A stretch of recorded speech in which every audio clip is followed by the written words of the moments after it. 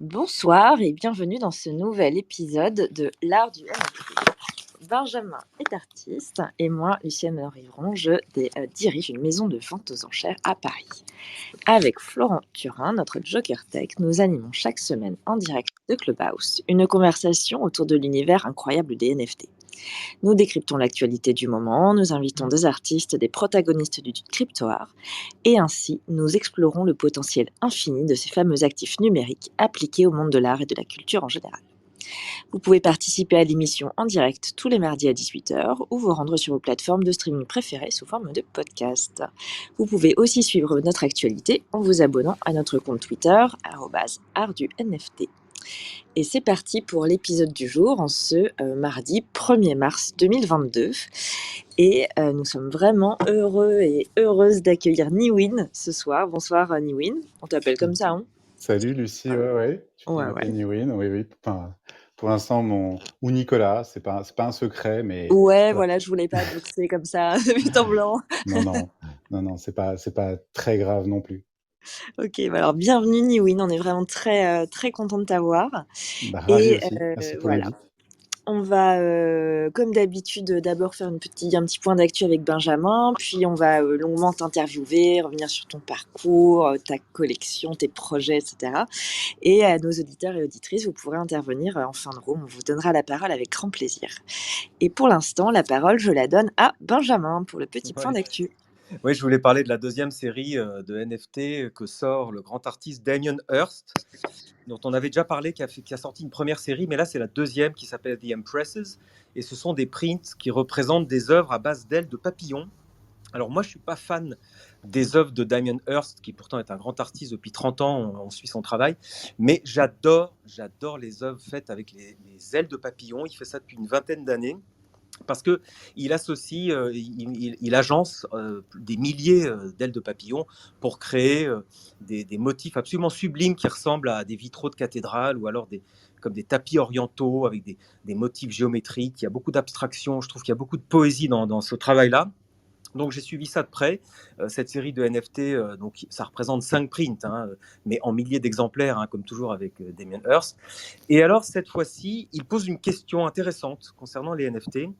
C'est-à-dire qu'il dit à tous les acheteurs du NFT, donc l'image digitale, que vous n'êtes pas du tout pressé de recevoir le print chez vous. Il vous donne 4 ans, littéralement jusqu'en 2025, pour réclamer le print chez vous. Alors, pourquoi il fait ça? Parce que, évidemment, il nous laisse le temps de spéculer sur son NFT. Il nous laisse la possibilité de revendre son NFT avec de la plus-value, évidemment. Et ça va même plus loin. Je pense que Damien Hirst réfléchit beaucoup à la correspondance entre le travail d'un artiste et le travail d'un banquier, d'un financier, parce que ce NFT devient un produit financier avec une date d'échéance qui est le 5 février 2025, date à laquelle on doit absolument réclamer son œuvre. Et en attendant, on peut simplement échanger ce NFT digital avec la promesse de l'œuvre physique qui viendra plus tard. Et je pense qu'il parle d'un tabou qui est l'art et l'argent, qui est l'art et la spéculation. Et déjà, sa première série de NFT s'appelait The Currency. Donc en français, on peut dire que c'est du papier-monnaie. Donc il ironisait sur la valeur d'échange que représentent ces œuvres qui un jour pourraient, pourquoi pas, remplacer la monnaie classique. Et en fait, c'est une vaste réflexion sur le crypto-art. Et les crypto-artistes, il faut le savoir, quand ils vendent leurs œuvres, ils récoltent de la crypto-monnaie. Et moi-même, en tant qu'artiste, la première fois que je récolte de la crypto, je me dis, mais qu'est-ce que j'en fais? Est-ce que je le transforme tout de suite en euros? Est-ce que je garde cette crypto parce qu'elle va peut-être monter? On a l'espoir toujours que ça monte. Est-ce que j'échange cette crypto contre d'autres cryptos, etc., etc. Et en fait, moi, je trouve que la révolution, et Damien Hirst en parle finalement, il dit la révolution de la blockchain, de l'art dans la blockchain, en fait, c'est aussi la possibilité de prendre conscience de sa gestion financière, de la gestion de ses actifs finalement, et de mettre à bas un tabou qui est cette histoire du marché de l'art et l'histoire de la gestion de ce qu'on récolte avec la vente de son travail. Et je pense que tout ça fait partie intégrante de la vie d'un artiste. Et ici, Damien Hirst nous le rappelle avec force et vigueur. Donc ce projet m'intéresse doublement, à la fois artistiquement et en termes de concept sur le marché de l'art, sur ce que va devenir une œuvre, sur aussi toujours la réflexion entre le digital et le physique. C'est-à-dire qu'on peut acheter son NFT digital, on peut le garder, et après, on a toujours ce choix, hein. Déjà, dans The Currency, c'était ça, le choix entre le physique et le digital. Et une fois de plus, il reproduit ce système-là. Je trouve que ça fait réfléchir, je trouve ça intelligent, et je trouve ça ouais, intéressant. Il faut méditer là-dessus. Voilà. Eh ben, super, ouais, c'est vraiment toujours très intéressant parce qu'il interroge.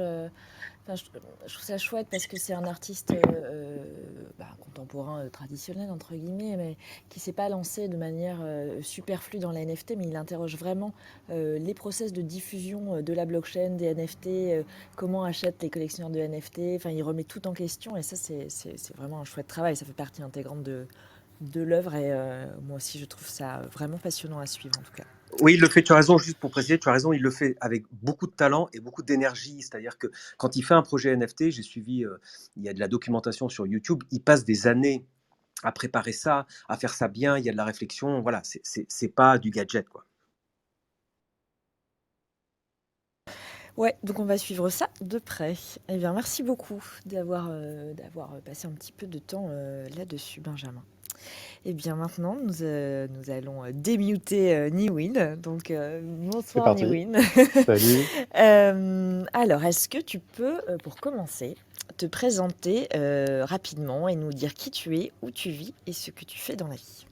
Bien sûr, bien sûr. Alors, du coup, c'est Niwin. Je suis tombé depuis tout petit dans l'informatique et dans la tech. Donc, voilà, je travaille aujourd'hui toujours dans la tech, sachant que j'ai commencé à l'époque, je devais avoir 6 ans quand mes parents avaient acheté un ordinateur. Donc, c'était un TO-770 à cassette. Ça remonte pas ça remonte à loin, donc ça ne nous rajeunit pas. Mais voilà, c'était au XXe siècle. J'ai enchaîné sur évidemment d'autres ordinateurs comme ça jusqu'à ce que ça se modernise, et j'ai toujours suivi ça de très près, quoi. J'ai toujours été passionné par un peu par l'informatique d'une manière générale, parce que ça m'ouvrait des portes, ça m'ouvrait des mondes en fait, et que ce soit à travers le jeu ou à travers les logiciels en fait. Voilà, donc ça a vraiment commencé comme ça. Et Euh, alors aujourd'hui, avant de vraiment revenir sur ton parcours, juste pour arriver à te situer pour ouais. celles ou ceux qui ne te connaissent pas, si tu peux Donc nous moi dire ce que tu fais rapidement aujourd'hui, on va prendre le temps de revenir. je suis à Lyon et je travaille pour une marque d'électronique grand public. Voilà, donc je m'occupe de la stratégie produit de Ok, cette marque. donc le jour, un travail très normal, si on peut dire, et, euh, C'est et ça. voilà. Mm. Et le soir, un deuxième travail pratiquement en fait depuis des mois avec la crypto et les NFT, enfin depuis des années même, on peut C'est ça, dire. ce dont on va parler. Donc il y a vraiment, on est avec Dr Jekyll et Mr Hyde.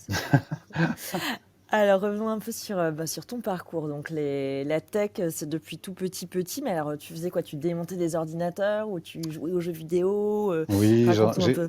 j'ai monté des ordinateurs, évidemment, j'ai joué à des jeux, j'ai essayé les logiciels, j'avais modélisé ma guitare en 3D. À l'époque, c'était 3D Studio 3, je crois que c'était une douzaine de disquettes qu'on s'était passé sous le manteau à l'école, enfin voilà, ce genre de choses. C'était une période assez rigolote, parce qu'avec les débuts de l'informatique, en fait, tout un monde s'ouvre. C'est-à-dire que moi, la première fois où j'ai découvert un logiciel 3D, je me suis euh, donc c'était 3D Studio. Je me suis projeté tout de suite dans un monde, un nouveau monde. Ça m'a ouvert une piste en fait. Et j'ai l'impression voilà, en continuant à vivre ça avec l'informatique aujourd'hui, j'y reviendrai par la suite, mais avec les ordinateurs quantiques notamment, j'en parlerai plutôt à la fin. C'est vraiment toujours d'être sur peut-être l'étape d'après de ce qui peut se passer au niveau informatique et technique. Ok. Donc tu es là-dedans depuis que tu es tout petit. Et donc j'imagine que tu fais des études d'informatique, d'ingénieur. Qu'est-ce que tu En choisis fait, comme voie? moi, j'ai grandi aussi avec l'art, d'une certaine manière, dans une famille plutôt intello, avec des amis peintres, beaucoup de vernissage, ce genre de choses. Et bon, moi, j'ai fait une école de commerce, en Ah fait, ouais, tout tu vois, simplement. j'avais tout faux. Voilà. Ouais. Ouais. Voilà. Et j'ai ce gène de collectionneur depuis, pareil, très petit. Ça a commencé avec les porte-clés, les timbres, ce genre de choses. Les stickers, Panini, les Krados, pour ceux qui s'en souviennent. Mais alors ça c'est marrant parce que moi pour fréquenter des collectionneurs et des collectionneuses au quotidien, on se rend vraiment compte que vraiment les gros collectionneurs de NFT effectivement ont les mêmes névroses que les collectionneurs de cartes Pokémon, timbres, etc. de collectibles en fait. Ah bah clairement, ouais. Et c'est vraiment des types de personnalités particulières. Donc Je c'est pense vraiment, que c'est un gène, hein, oui. ouais. Donc toi, tu as Donc, ce gène-là, en plus de l'intérêt pour l'informatique et de l'intérêt pour l'art. Donc ah oui, vraiment, parce que il y avait un certain nombre de faisceaux là, quand même. ce qui est rigolo, c'est qu'avec avec ce genre de, si tu veux, avec les cartes, par exemple, Magic, je vais prendre l'exemple des cartes Magic. À l'époque, il s'agit déjà, d'une certaine manière, un peu comme dans les NFT, d'être early et d'avoir les premières éditions. Et on se rend compte que certaines cartes vont prendre énormément de valeur par la suite et permettre de financer un jeu qui sera peut-être plus puissant ou plus joli, ou voilà. Enfin, on y trouve quelque chose en fait, C'est vrai en qu'on démarrant très retrouve. tôt. Niwin, tu as raison. D'abord, je trouve que tu avais tout pour devenir un crypto-artiste, clairement, puisqu'il y avait plusieurs dimensions dans ton éducation. Bah, l'informatique, l'aisance avec les ordis, et puis la collection, et puis l'art, etc. Et tu as raison, on retrouve tout à fait dans les PFP. Alors, ce qu'on appelle les collectibles ou Oui, les profils pictures aujourd'hui, les fameux CryptoPunk ou les Bored Ape dont on nous rebat les oreilles toute la journée dans la presse. Et pourquoi pas, moi j'aime beaucoup, hein, j'adorerais avoir un CryptoPunk, mais expliquons que tu as raison de ouais, parler de ça, parce qu'expliquons ce que c'est. En fait, c'est exactement le parallèle avec, à l'époque, les cartes téléphoniques, les pins, c'est ça. les cartes Pokémon, les cartes Magic. Moi, tout ça, j'ai eu aussi. Et il y avait des niveaux de rareté. Tu peux expliquer ça, d'ailleurs, les niveaux de rareté? C'est un Ben, concept qu'on découvre avec les NFT, mais qui existait avant. ça existait avant, évidemment, en physique à l'époque, avec ces cartes-là, et les éditions alpha, bêta, etc. Enfin, c'était les noms vraiment des premières éditions des cartes Magic. Certaines valent des fortunes aujourd'hui parce que c'est la rareté et les éditions limitées déjà à l'époque qui font qu'aujourd'hui, ces cartes-là ont vraiment de la valeur. Et on retrouve aujourd'hui ce phénomène-là dans le digital. Sauf que, ce qui a été peut-être un petit peu dur à comprendre pour, le grand public, mais je pense que ça va changer, progressivement, c'est qu'on puisse, avoir un intérêt à collectionner un bien digital, en fait. Oui, oui, oui, c'est la vraie révolution, c'est la propriété digitale, c'est à quoi ça rime. Et en plus, quels sont ces niveaux de rareté sur une image, sur un JPEG, comment on définit de la rareté? Mais donc ça t'a plongé là-dedans. Mais alors, donc j'imagine que les NFT, tu as dû aborder ça. Enfin, j'imagine je sais pas si c'est le moment de parler de ça, mais Lucie et Léonore, en général, on aborde ça un petit peu après, mais peu Oui, importe. oui, mais Bon, tu t'es lancé. Pour Écoute, prenons des sentiers, sortons des allons. sentiers battus, hein. Si tu veux, ça continue pour moi un petit peu, par la suite avec, les vinyles aussi, ma femme me reproche, d'avoir déménagé, à cause de ça, ma collection de vinyles, enfin voilà, donc, on peut aller très loin dans la collectionnite, mais, heu, bon, Alors, voilà. Moi, ce qui se passe, dans mon métier, c'est que je rencontre les équipes de Ledger en parce qu'à 2017. ce moment-là, donc tu fais une étude, enfin, moi j'aime bien vraiment avoir une belle vision du parcours des gens, parce que c'est souvent intéressant pour savoir Oui, comment ils sont arrivés là où on les rencontre. Donc tu fais une école de commerce, oui. tu as ce background technique et artistique. Vers quoi tu te diriges après, en parallèle de ta collectionnite qui, j'imagine, occupe tes loisirs? Alors mon premier boulot, ça a été en fait, comment dire? De lancer une marque, propre, d'ordinateurs, montés en France, fabriqués Ok, en France. ok, ok. Voilà, donc approvisionnement des pièces, dans une usine, s'assurer que la production se fasse, correctement et qu'ensuite, les machines soient livrées à tous les clients, voilà, D'accord, donc donc tu c'était développes un projet. finalement une carrière de gestionnaire de prod ou de Ouais, contrôleur de gestion assez classique. voilà, product manager ou voilà, Ouais. exactement, ouais. Et alors, qu'est-ce qui se passe? À quel moment tu découvres les NFT? Enfin, là, Donc ça c'est au tout début, hein. Aujourd'hui, moi ouais. je dirige simplement, la stratégie d'une marque, dont je tairai le nom pour Oui, pas c'est pas le doxer, sujet mais aujourd'hui. voilà, enfin, et Euh, toujours dans l'électronique si tu veux. Mais, alors, ce c'est qui se passe, c'est que je rencontre c'est ça, tu rencontres voilà, l'équipe de Ledger. le Voilà, on en le était là. le moment, un peu, où ça bascule, si tu veux, sur la crypto, c'est la rencontre avec Ledger. Comment tu les rencontres et à quel moment? Je les rencontre en février 2017 Très parce tôt, que, OK. ouais, parce que donc on travaille sur le stockage et que, on s'intéresse aux produits qu'ils sont en train de développer par curiosité, en fait. Est-ce que je peux rappeler à ceux qui nous écoutent, Niwin, si tu veux bien, que Ah oui, bien Ledger sûr. est une entreprise française qui fabrique des clés pour sécuriser ses crypto-monnaies. Donc, ce sont des portefeuilles, comme on dit, digitaux. Enfin, c'est sur une clé qui ressemble à une clé USB, mais qui permet de stocker sa crypto et non pas de l'avoir sur un exchange ou un peu dans la nature, quoi. C'est crypto et c'est NFT aussi aujourd'hui.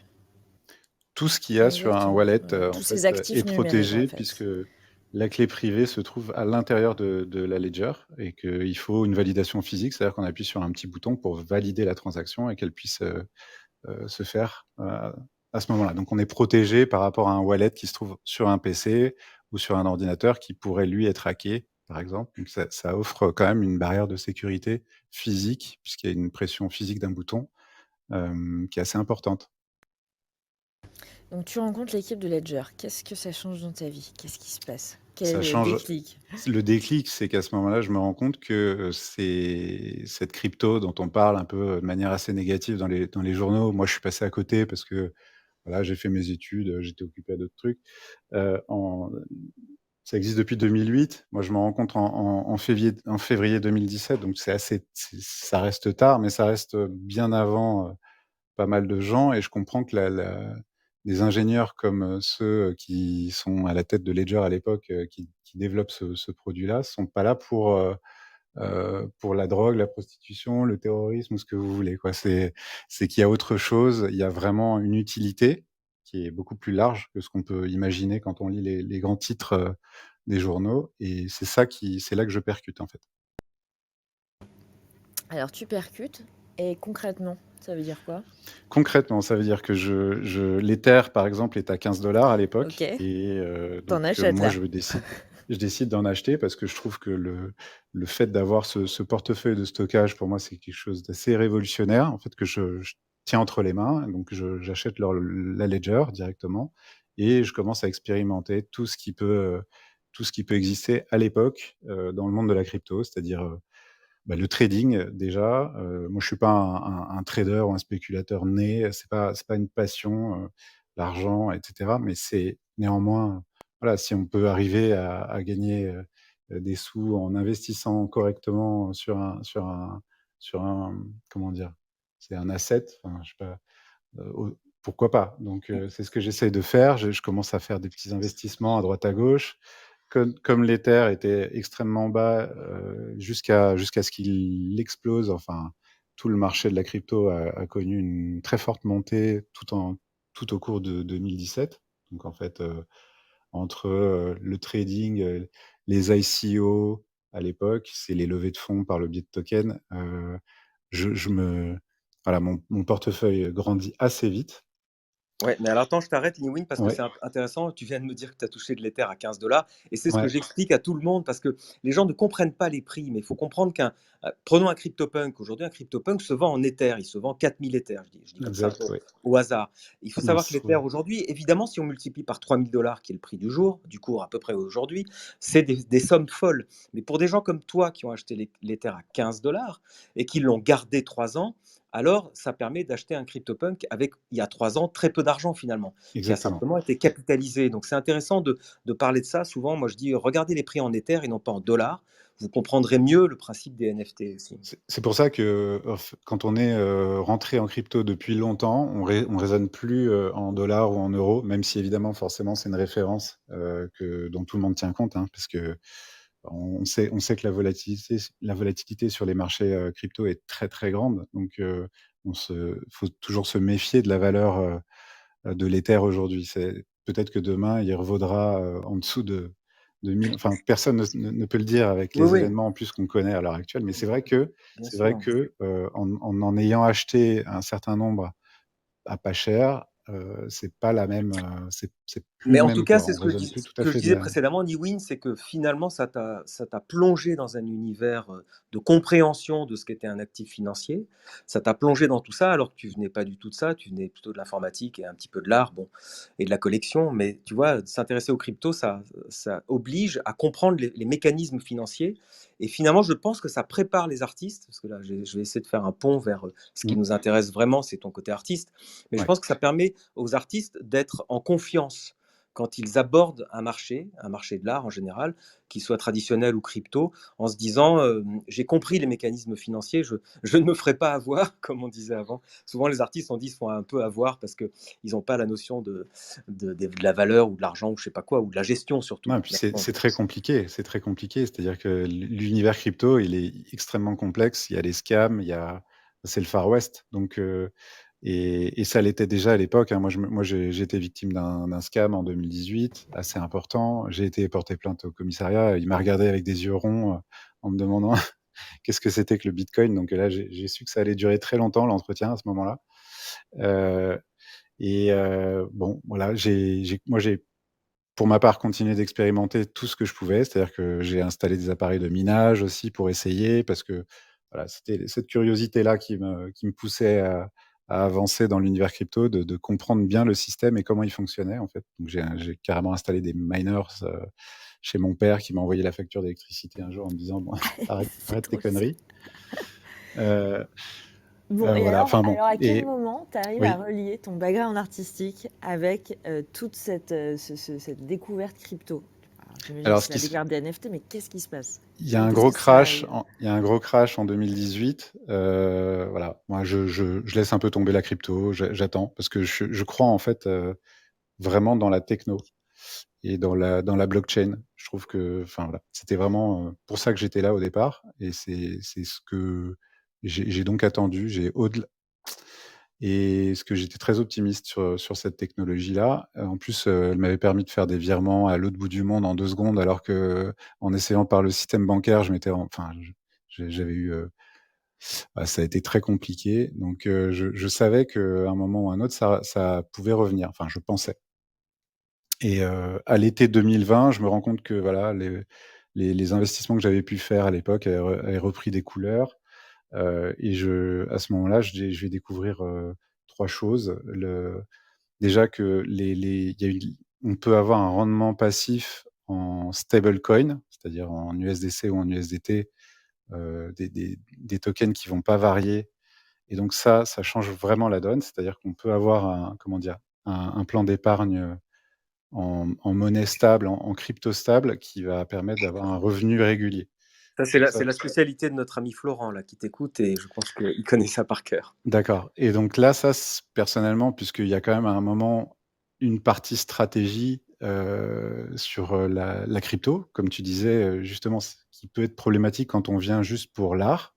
Il faut quand même avoir conscience qu'il y a cette partie, crypto, tokenomics, économique et c'est vrai que d'avoir un revenu comme ça, qui va être stable en crypto-monnaie, bah, du coup, ça devient pour moi, vraiment partie intégrante de ma Heu, strat. tu parles de ça, ce que tu dis est assez technique, pour les gens qui nous écoutent, mais c'est intéressant. Moi, j'aimerais bien parler aussi, tu vois, par exemple, Oui. tu parles de stablecoin. Alors, il faut expliquer aux gens qui ne savent pas. En fait, Mmh. c'est un crypto, c'est une crypto-monnaie qui est stable, qui est adossée au dollar.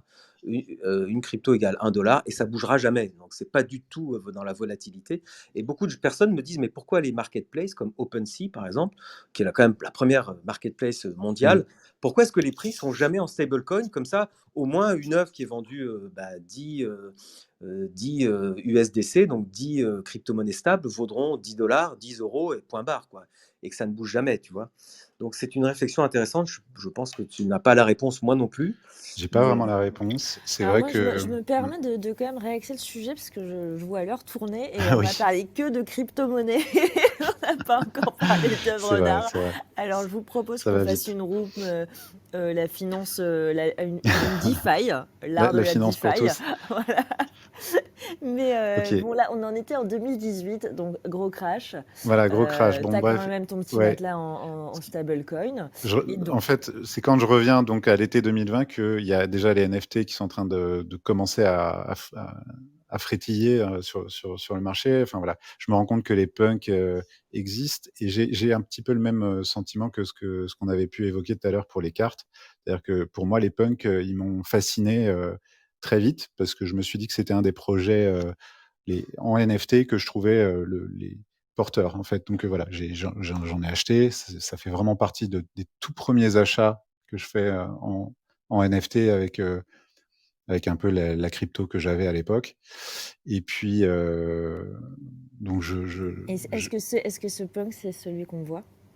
alors lui, je l'ai acheté très tôt aussi, en septembre 2020, ouais. Ok. Ouais. Ça fait partie c'est pas forcément un punk qui est super rare ou qui a des traits, voilà, mais c'est celui qui me plaisait bien et donc du coup, je m'étais dit à l'époque, j'allais l'utiliser comme avatar. Et les autres, je les ai quasiment tous vendus puisque ça a tellement monté, si tu veux, qu'à un moment, bon, bah, voilà, je pensais pas que ça pouvait continuer de monter et ça m'a permis, évidemment d'avoir ensuite un matelas pour financer ma collection de NFT, et c'est voilà, c'est vraiment comme ça Que que tu tout a entames commencé, que tout ouais, a que tout a commencé. commencé pour moi dans l'univers du crypto art et des NFT. Donc, tu Ouais. commences par les punks, c'est quand même la classe. Et alors après, tu déroules, tu continues à acheter d'autres collectibles, ou alors comment tu Alors découvres des artistes, enfin, moi, comment ça se passe? ce qui se passe après, c'est que j'ai une révélation quand je comprends qu'en fait, le NFT, c'est pas qu'une image ou une vidéo, mais ça peut aussi contenir du code. Ça peut être génératif, ça peut être interactif. Et à l'époque, c'est en décembre 2020, donc les tout débuts de la plateforme Artblocks. Et j'ai vraiment l'intuition qu'il fallait que je sorte un projet pour Artblocks. Donc je me dis que je vais moi-même me mettre à coder. Et je vais sur un site qui s'appelle CodePen à l'époque, qui existe toujours, hein, qui permet pour des codeurs créatifs de publier du code et de le mettre à disposition, de le montrer un petit peu les œuvres. Et donc toutes ces œuvres-là sont à l'époque publiées sur CodePen sans qu'elles soient monétisées. Tout est en open source. Ouais, tout est quasiment Ok. open source. Et donc je Donc me en gros, dis, tu peux aller apprendre à voilà. dessiner avec du code sur CodePen. Tu peux apprendre à dessiner, regarder ce qui a été publié, et Ok. cetera. Et je me dis plutôt que moi apprendre à tout ce code, à parler chinois, je vais me mettre en relation avec un codeur créatif qui connaît déjà le code par cœur. Et c'est à l'époque que je propose donc à Gérard Ferrandez, qui est un artiste français, qui s'appelle J'ai un doute, qui fait du code créatif, de s'associer moi en fait, il connaissait pas du tout la crypto et moi je lui propose de l'accompagner de A à Z, de tout lui expliquer, tout ce que moi j'ai appris pendant ces 4 années ou 5 années et de l'amener sur Hardblocks.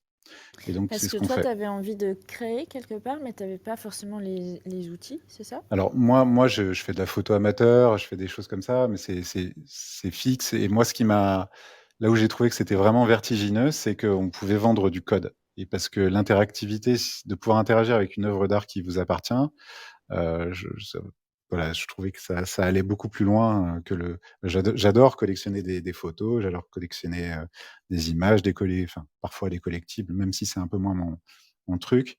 Mais voilà, c'était vraiment là, le fait d'avoir à la fois l'art génératif, c'est-à-dire que ça reproduit un petit peu le bandit manchot où on a parlé des cartes en début d'émission. Bah, le fait d'ouvrir son paquet de cartes et de recevoir peut-être quelque chose de très rare à ce moment-là, quand on le génère sur Artblocks, il y a une magie en fait. Il y a vraiment une magie, un sentiment très particulier de propriété à ce moment-là. Parce que Ouais, je te confirme, parce que moi, la première fois que j'ai acheté une œuvre d'art génératif, j'ai été hyper surprise parce que j'avais vu le template en quelque sorte. oui, voilà, Et quand j'ai le minté le mint truc, 0. voilà, Ouais. et j'ai minté le truc, et c'était pas du tout la même chose. Et il m'a Ah bah fallu. oui.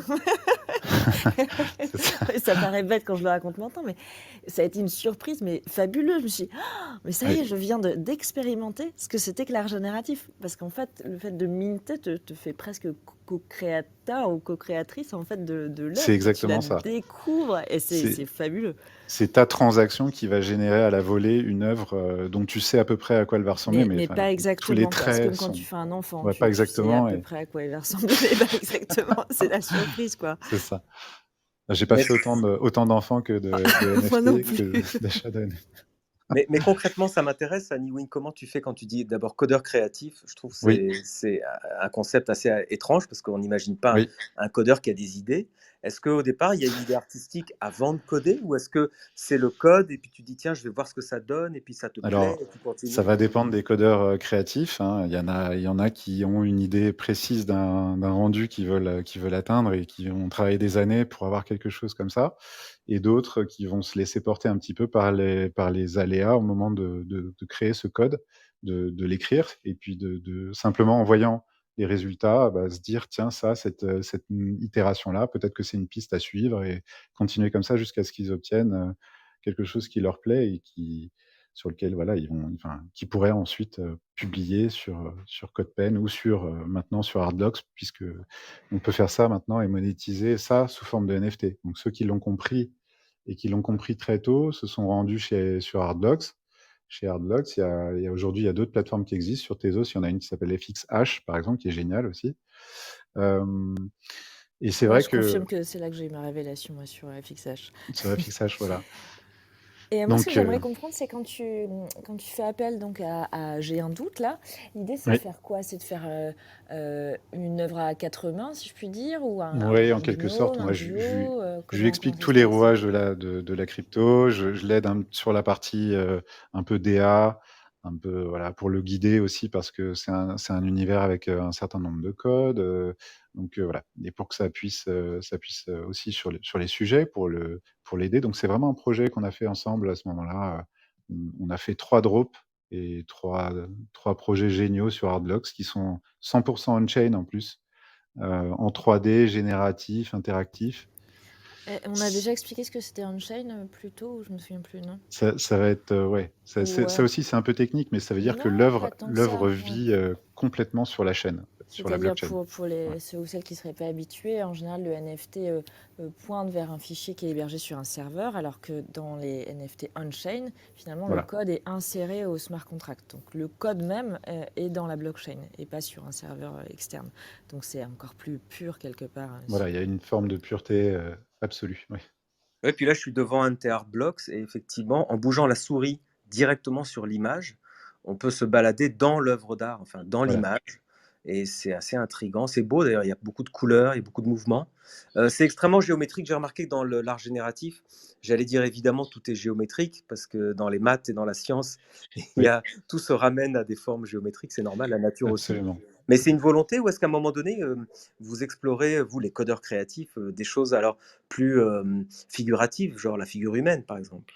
Alors ça va être, il y a plusieurs barrières techniques qui font que si on veut pouvoir minter un script, il faut qu'il soit assez réduit. En fait, si on veut le mettre sur la chaîne 100% on-chain, il faut qu'il soit réduit en taille. Donc on ne peut pas se permettre de faire trop de chichi, il faut que ça reste des formes simples. C'est un petit peu comme si, aujourd'hui, on se disait qu'on est à la préhistoire de la blockchain et que sur la blockchain, aujourd'hui, pour minter un script à l'époque, comme ça, comme celui de, je sais pas sur quelle œuvre tu es, c'est peut-être Ignition, mais Ouais, Ignition, ouais, exact. il fallait compter un Ether entier pour pouvoir mettre le script en entier de 18 kilobits, Ah ouais, kilobytes c'est voilà, kilooctets sur la chaîne. d'où Donc l'intérêt de passer sur FXH sur tes os qui est moins. voilà. Alors après, sur FXH, les gens regardent un peu moins la qualité du code Ok, que c'est sur Hardblocks à l'époque. Enfin, Mm, voilà. On peut jouer beaucoup plus avec les layers et jouer avec les figures, comme tu disais. C'est possible, hein, bien sûr que c'est possible. C'est simplement que là, vraiment, on est sur quelque chose de purement on-chain. Mais c'est très inspirant ce que tu dis, ça donne beaucoup d'espoir à beaucoup de gens qui sont simplement des créateurs, mais pas forcément dans leur tête, en tout cas, des artistes comme l'histoire nous le raconte, c'est-à-dire il faut avoir fait l'école des beaux-arts, il faut avoir étudié le dessin, alors qu'en fait on peut être artiste tout à fait comme toi, c'est-à-dire avec des envies, maîtriser du code maintenant et faire vibrer ce code pour transmettre une émotion, en fait, c'est Alors possible. le code, ça reste, j'ai un doute, donc Gérard, qui le développait à l'époque. Moi, je l'ai aidé à cadrer le projet, si tu veux, sous forme un petit peu d'agent, on va dire, ou quelque chose de cet ordre-là. Et c'est comme ça qu'on a avancé ensemble.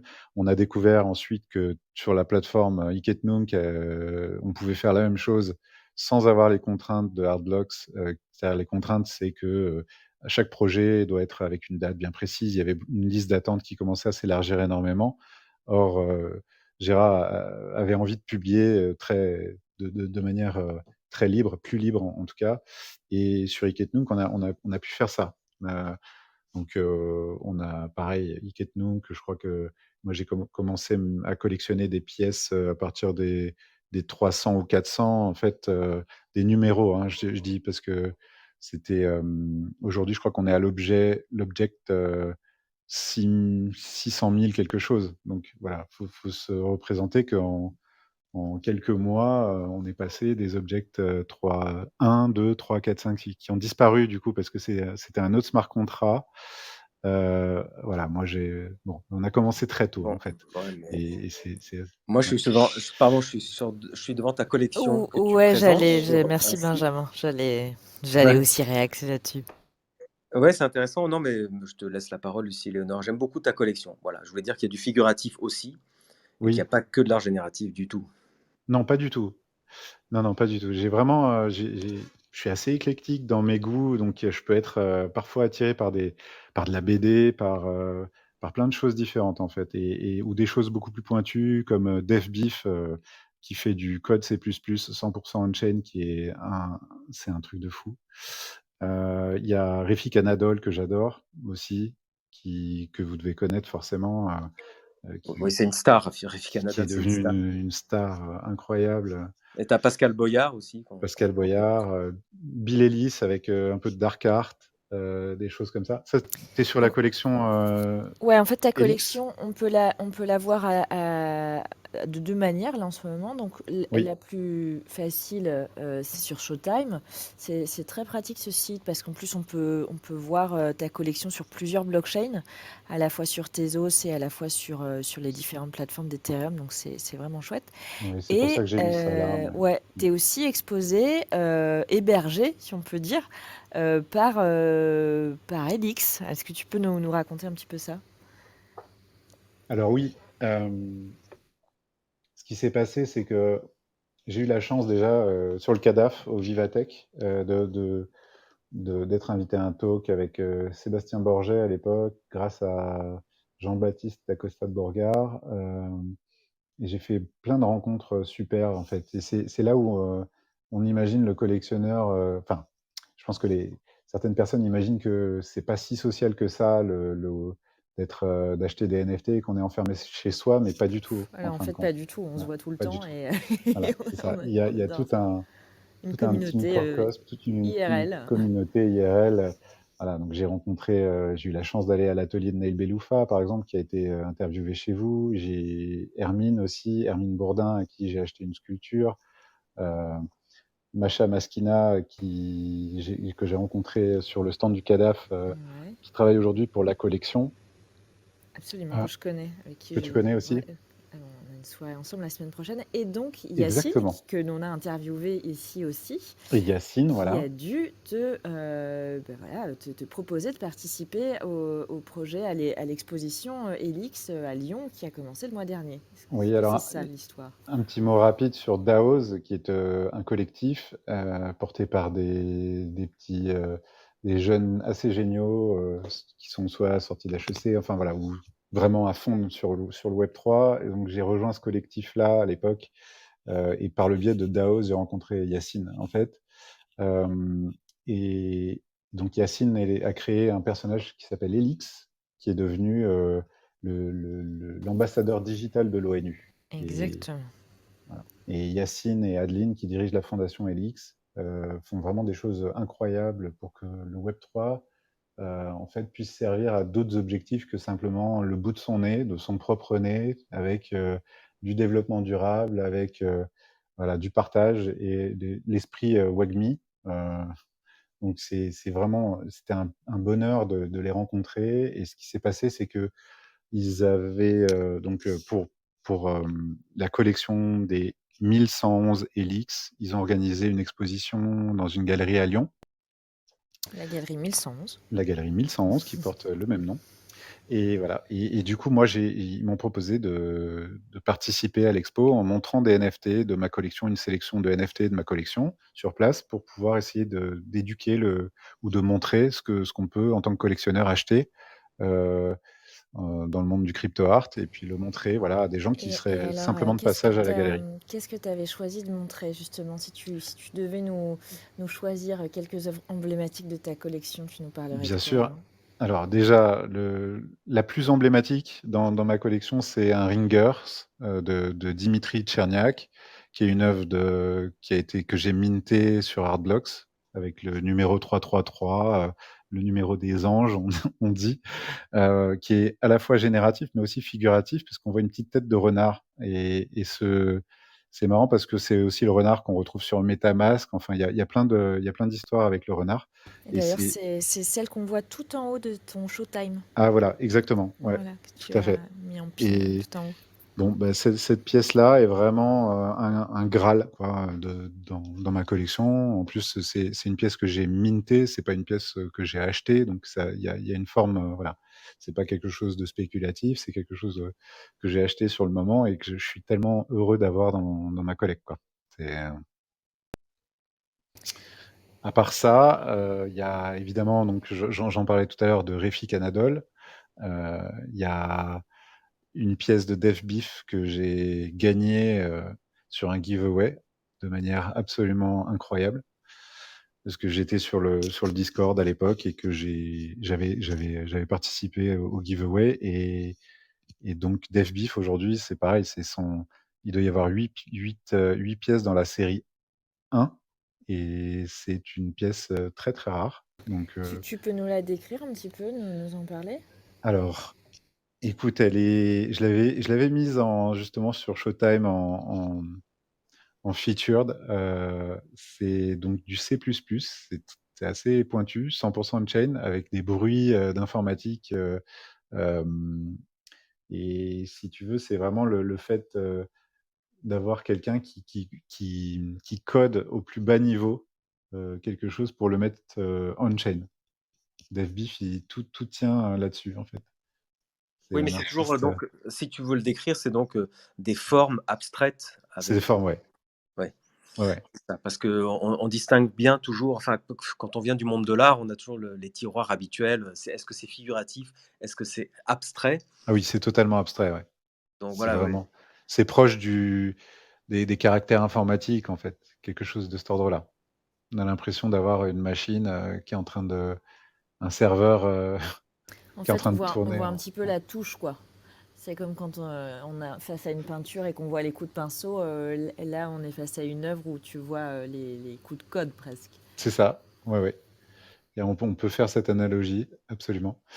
Et sinon, Pascal Boyard, qui fait partie aussi des artistes que j'ai collectionnés assez tôt, juste après les punks, c'est la liberté guidant le peuple, Ouais. c'était quelque chose qui me parlait. Et puis surtout, j'étais, il était français, enfin il est français, donc voilà, j'avais envie aussi de me rapprocher du milieu français, de ceux qui créaient et qui utilisaient la blockchain pour ça.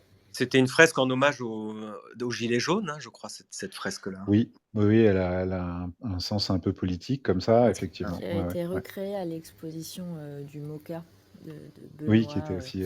à Paris en décembre dernier. Je vois que tu as une œuvre de Ruben Fro, qui est un artiste que j'adore, qui fait des animations oniriques vraiment très belles.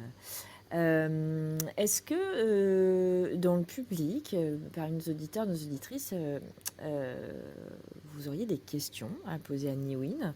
En attendant, je vais demander je vais demander, oh là, pardon, je vais donner la parole à Florent. Et voilà, n'hésitez pas à lever la main, on vous fait monter sur scène si vous voulez intervenir et profiter d'avoir Niwin avec nous ce soir. Ouais, merci Léo, merci Niwin. Du coup, c'était hyper intéressant. Enfin, ça fait longtemps qu'on se suit mutuellement et j'attendais avec impatience cet épisode du coup pour te Trop découvrir, cool. on va dire, un, Merci, merci. un peu plus. En tout cas, c'est très cool. Tu nous as fait une belle intro sur tout ce qui est art génératif et on-chain, ce qui manquait peut-être à notre audience. Et je voulais te demander une question un peu basique, mais qu'est-ce que tu conseillerais aux gens qui veulent se lancer justement comme agent, tu vois, accompagner des projets NFT? On voit qu'il y en a de plus en plus et il y a de plus en plus besoin d'aide aussi. Ça serait quoi tes conseils basiques, on va dire, pour aider les gens à faire ça? Alors, mon conseil de base, c'est vraiment d'avoir fait ses propres armes. C'est-à-dire quand même se lancer aujourd'hui dans le monde crypto, même si ça va se simplifier, je pense, à l'avenir, et ce sera peut-être plus secure. Il y a quand même énormément de risques. On voit régulièrement quand même soit des artistes qui sont hackés, soit des protocoles, des smart contracts qui ont des failles. Et donc, même OpenSea, dernièrement, a été victime quand même d'une fraude massive, quoi. Donc, ça peut arriver très, très vite. Moi, il y a quelque chose qui m'est arrivé il n'y a pas si longtemps où j'avais simplement donné une autorisation et en voulant faire un swap, enfin bref, une transaction. Et du coup, j'ai vu certains tokens partir de mon compte, quoi. Alors, heureusement, aujourd'hui, il y a des assurances qui existent. Ça aussi, c'est assez marrant, mais on commence à voir le monde de l'assurance permettre à des plateformes d'assurer leurs tokens. Donc voilà, Ouais, je alors serais. c'est timide hein, pour le coup, pour être à fond dans le sujet aussi. Elles se mouillent pas trop non plus, les Hmm. assurances. Oui, On, oui, oui. on en Et puis parlera. c'est réservé quand même à quelques plateformes et certainement ça a un coût. Mais en tout cas, je sais que moi, ça m'a permis de récupérer ces fonds-là, par exemple. Euh, voilà, donc si c'est vrai que pour se lancer, il y a quand même au minimum, moi je dirais, c'est d'avoir fait ses recherches, heu, d'avoir On en revient toujours là, en fait, le fameux Dior, hein, do your own ouais, research, exactement, l'acronyme qui exactement, revient sans Dior. cesse, c'est The Conseil. Dior, un hardware wallet, pour moi c'est essentiel. Donc c'est Tu as une Ledger, Ledger voilà. ou un C'est autre, voilà, un un- au un minimum, cold wallet même, on peut le dire. voire un cold wallet, voilà. Alors voilà, idéalement, on peut même avoir un Gnosis Safe, mais bon, là, ça devient, On a perdu peut-être notre l'étape auditoire. d'après. Voilà. Donc non, mais après, bon, rien n'est impossible. On peut quand même faire heureusement des choses simplement sans prendre trop de risques. Mais c'est de s'adresser aussi et d'essayer de faire partie de la communauté pour essayer d'avoir un maximum d'infos et d'éviter de tomber dans les pièges, quoi. Il y a des pièges assez simples et à connaître. On a Axel avec nous. Salut Axel. Bonjour, merci. Euh, Salut. Salut. Moi, je voulais juste te saluer, Niwin, parce Ouais, que pour moi, tu fais partie des grands, un peu comme Naiko, ouais, Piboy. merci. Et franchement, sur le plan technique, on a besoin de plus de personnes comme toi qui comprennent bien les choses, qui ont un esprit logique et prudent aussi. Car je t'ai écouté et tu disais que tu avais commencé à te mettre dans les cryptos un peu plus tard que je sais pas, d'autres personnes. Et pour moi, c'est un signe de précaution, en fait. Et je pense qu'il faut ce genre de précaution quand on crée dans la blockchain et que des gens, la plupart des gens devraient avoir faire plus de recherches pour. Avant de se se lancer, lancer. d'installer C'est un ça, MetaMask c'est ça. voilà, et de commencer à mettre des sous perso là-dedans. Oui, il faut y aller vraiment étape par étape, je pense. C'est vrai. C'est clair. Et voilà. Donc, en tout cas, moi, je voulais juste te dire Ouais. salut, Newin, et je suis Non, très puis ça content fait de plaisir, te pareil, parce que connaître. je te connais par le biais d'Hermine, indirectement. Mhm. Et donc, ravi aussi de parler avec toi. Merci. Super. Merci beaucoup. Trop de love hein, dans Voilà. les NFT. Ce On qui se le montre, dit Ouais. souvent. ce qui montre à nos auditeurs que la communauté NFT francophone, en tout cas, est très soudée et on se C'est connaît vrai. tous et on s'entraide. Et comme dit Niwin, c'est vrai qu'il y a plein de pièges. Il y a des pièges un peu partout. Et en revanche, on peut les identifier, ces pièges. Et la communauté est là pour vous aider. En fait, il faut aussi aller sur Twitter. Parenthèse, tout à l'heure, Niwin, tu as dit qu'on était tous dans un mouvement WAGMI. Et Oui, alors, évidemment, quand on n'est pas tous les jours sur Twitter, on se demande ce que veut dire WAGMI, qui veut dire We all gonna make it. Et il y a plein d'acronymes, en fait. Voilà, il y a des codes dans la sphère NFT qu'il faut connaître. Et ça permet aux autres de se connecter entre soi et d'apprendre sur la sécurité, notamment. Tu as vraiment raison de mettre l'accent là-dessus. c'est essentiel pour les artistes, surtout qu'en plus, j'imagine que, enfin, moi je sais, hein, parce qu'à l'époque, je faisais ça, moi. Comme j'essayais tous les logiciels, j'essayais la suite Adobe, personne ne l'achetait, hein, et personne ne l'achète, c'est trop cher, donc les artistes, ils vont faire ils vont craquer des logiciels, ils vont avoir leur PC qui est vérolé, puis ensuite, on se demande pourquoi. pourquoi on a perdu tous les NFT et tous les tokens qu'on avait. Bon, ça Maintenant, on ne peut peut. plus l'acheter la suite Adobe. Hein. C'est Sur plus abonnement. compliqué aujourd'hui. Ouais. Est-ce C'est qu'on vrai. a d'autres personnes qui souhaitent intervenir? Hermine, si tu veux venir nous faire un petit coucou, on sera ravis. On a Zaki aussi qui Ah, trop revient bien, en deuxième Hermine. semaine. Salut Zaki. Voilà, d'autres interventions. Mais c'est vrai, Niwin, parenthèse, je reçois moi aussi des mails maintenant, une fois par semaine, en disant on adore votre travail, on a un projet à vous proposer, téléchargez le PDF qui est joint dans le mail. Et ça, c'est l'arnaque directe. Tu télécharges le Non, j'ai fait PDF ça et hier, ça moi met encore. un malware. Ah, t'as fait ça Ouais. hier? Ben enlève ton Méfiance. MetaMask et vire ta crypto. Benjamin qui répand un peu de fun auprès de sa Bon, collègue. alors s'il n'y a pas d'intervention, je vais poser mes petites questions de fin. Ça, comme ça, on pourra Moi, j'en ai y une passer un peu plus dernière. de temps. Ah, pardon, euh, Florent, vas-y. désolé. Juste, tu nous as pas parlé un peu du futur. Tu nous as parlé un peu du présent et du passé, mais pas du Yes. futur. C'est quoi tes plans un petit peu pour l'avenir? Alors du coup, et merci pour la question. Ouais. Du coup, en ce moment, il y a toujours l'expo à Lyon, avec les Helix, avec le drop en parallèle des Helix de Yacine, que je recommande vivement de suivre pour tout ce qu'ils font, tout ce qu'il fait et tout ce qu'ils font avec la fondation Helix. Donc ça, c'est le premier truc. Ensuite, du coup, sur place à Lyon, il y a des projets peut-être de lieux physiques où on organiserait éventuellement des événements à voir. Ça vraiment, ça fait partie des projets sur lesquels moi j'ai très envie de travailler.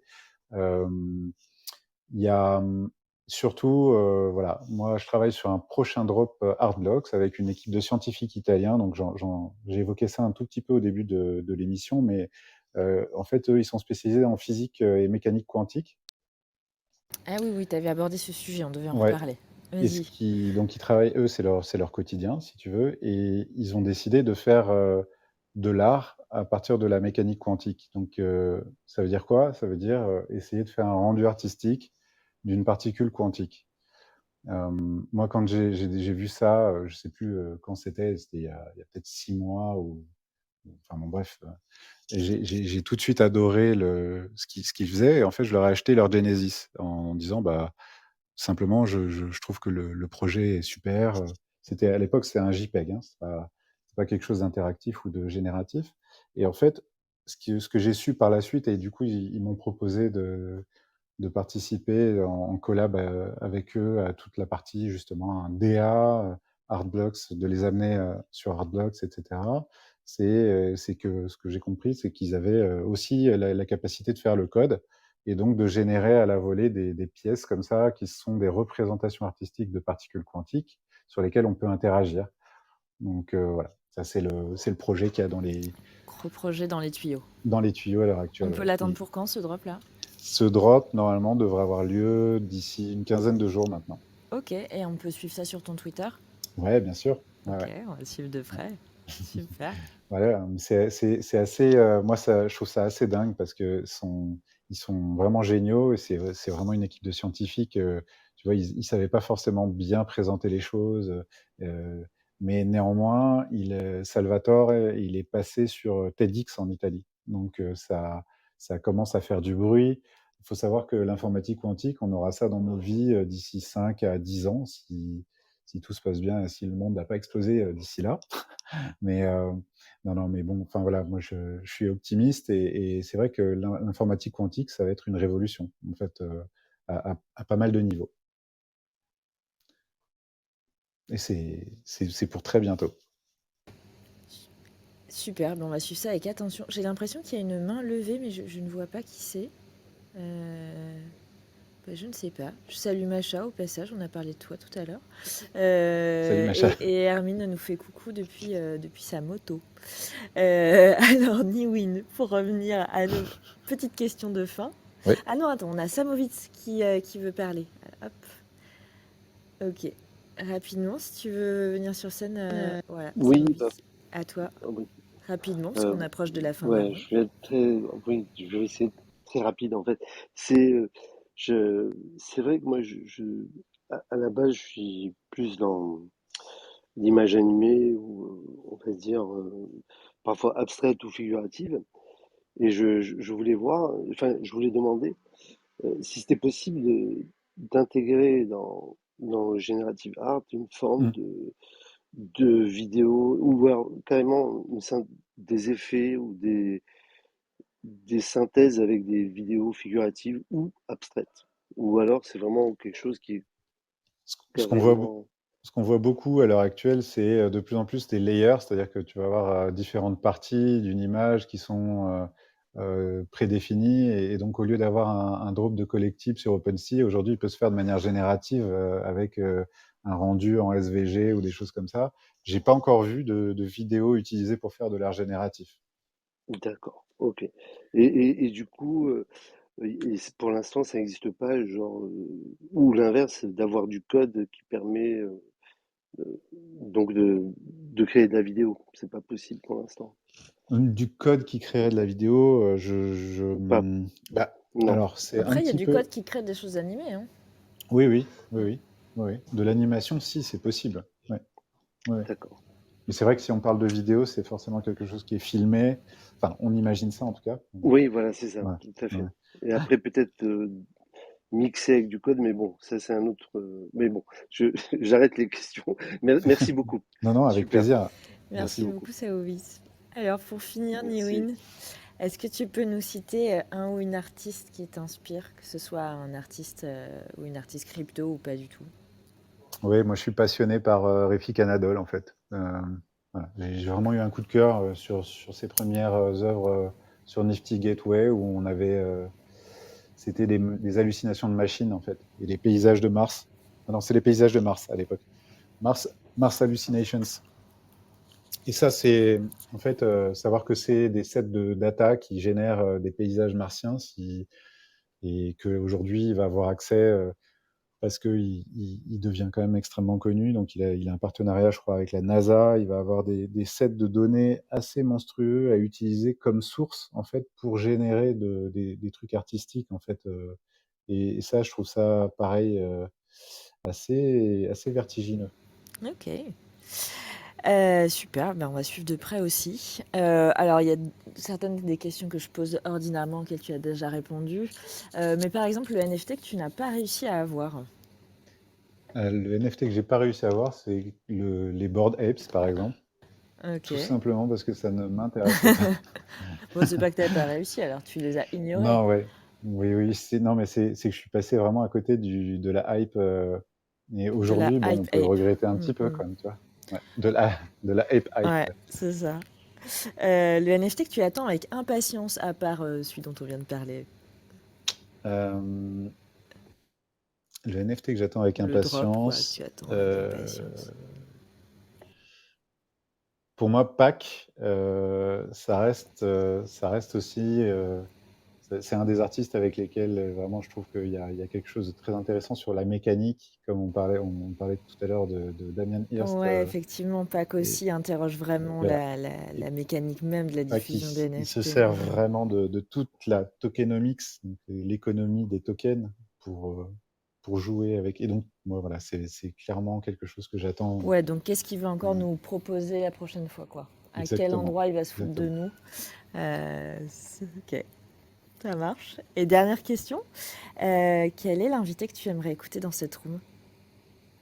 Qu'on n'aurait pas encore invité? Alors, c'est une bonne question, mais est-ce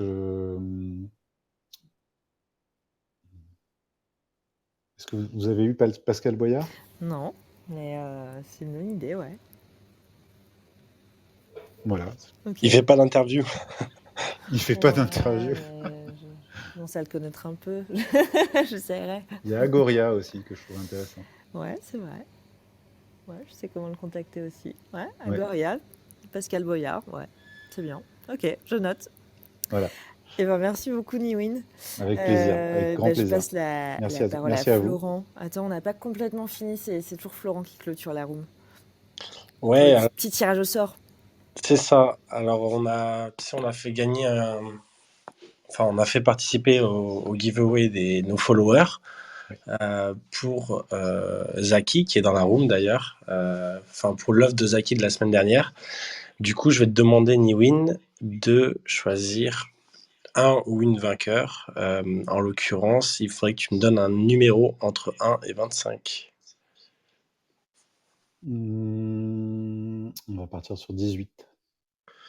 Alors, ça m'arrange pas parce que du coup, faut que je compte au fur et à mesure. Attends, je vais partir de la fin. 3, 22, 21, 20, 19, 18. C'est 0xbutton.nft. Le grand gagnant ou la grande gagnante du NFT de la semaine dernière. Donc félicitations à toi, on va te contacter très rapidement. Et deuxième petite question, du coup Niwin, est-ce que tu serais prêt à supporter le podcast, les prochains artistes et nous-mêmes, les animateurs de ce podcast, en faisant toi aussi un giveaway à la communauté de l'art du NFT? Bien évidemment, avec grand plaisir. Écoute, c'est très gentil à toi, merci beaucoup, c'est top. Encore une fois, ouais, je voulais te remercier pour cette room. Je prends les devants, Léo, désolé Ouais, de ouais, piquer ta partie, non, mais ouais, c'est vraiment très cool ce que tu fais aussi avec. Enfin, tu fais beaucoup de choses, donc on n'a pas pu tout aborder, mais aussi avec Daoz. J'aurais Ouais, voulu creuser un peu la question du collectif, mais écoute, ouais. tu reviendras nous voir avec plaisir. Avec Daos peut-être, alors du coup. Ouais, c'est ça. Ok, cool. merci beaucoup. Et avant de clôturer complètement, je vais juste vous annoncer que donc pour celles et ceux qui ne me connaissent pas, je dirige une maison de vente aux enchères à Paris qui s'appelle Fauve et que j'organise dans 10 jours, jeudi 10 mars, la première véritable vente aux enchères physique de crypto-art et que l'exposition ouvre ce jeudi. Voilà, donc vous êtes toutes et tous les bienvenus chez Fauve Paris. On est dans le 11e arrondissement. Voilà, il y a presque une cinquantaine d'œuvres de crypto-art. Les lots sont déjà en ligne. Le catalogue sera en ligne demain matin. Il y a des très belles choses, pas mal d'artistes qu'on a reçus ici, des collectibles aussi. Enfin voilà, je suis assez heureuse de pouvoir proposer cette vente et je vous invite vraiment nombreux et nombreuses à passer voir l'exposition et à venir assister à la vente jeudi 10 mars. Voilà. Merci à toutes et tous. Merci infiniment Niwin. Merci à vous. Et puis à la semaine prochaine. À bientôt. À la semaine prochaine.